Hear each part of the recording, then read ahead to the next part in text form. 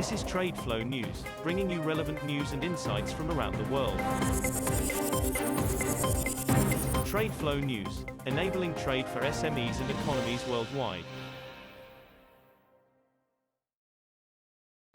These are some of the key topics that we will be looking into in today's program.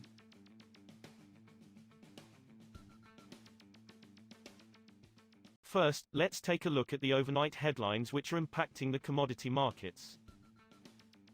Oil fell on Thursday as geopolitical tensions eased slightly and rising numbers of COVID-19 cases in China added to worries over demand in the world's largest crude importer. Poland and NATO on Wednesday said a missile that crashed inside NATO member Poland was probably a stray fired by Ukraine's air defenses and not a Russian strike, easing fears of the war between Russia and Ukraine spilling across the border. Thankfully, those fears have abated and the situation de-escalated, which has seen oil gains unwound, said Craig Earlham, senior market analyst at OANDA. China remains a downside risk for oil in the near term. British Finance Minister Jeremy Hunt said on Thursday the government would increase a windfall tax on oil and gas firms and extend it to power generation firms as he seeks to raise money to plug a major hole in public finances. The measures were among a string of tax increases and tighter public spending in a tough budget plan announced by Hunt in Parliament. Soaring oil and gas prices in the wake of Russia's invasion of Ukraine have sent household energy bills to record highs, triggering Britain's worst cost of living crisis in generations. Moving on to the top news in the energy sector. Norway's oil and gas firms have raised their investment forecasts for 2022 and 2023 as more development plans are being made, a National Statistics Office (SSB) survey showed on Thursday. The country's biggest business sector now expects to invest 175.3 billion Norwegian crowns, $17.50 billion, in 2022, up from a forecast of 172.8 billion made in August, the SSB said.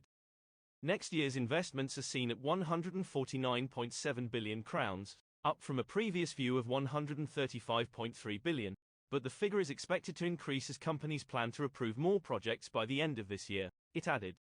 South Korean and Saudi Arabian leaders pledged stronger ties on Thursday in the fields of energy, defense and construction, as the oil-rich kingdom signed investment agreements worth $30 billion with South Korean companies.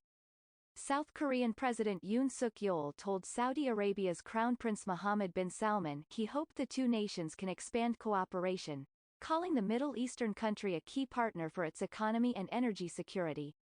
Yoon held talks in Seoul with Prince Mohammed, who arrived on Thursday from Bali, Indonesia, where both had participated in a conference of the Group of 20, G20, major economies.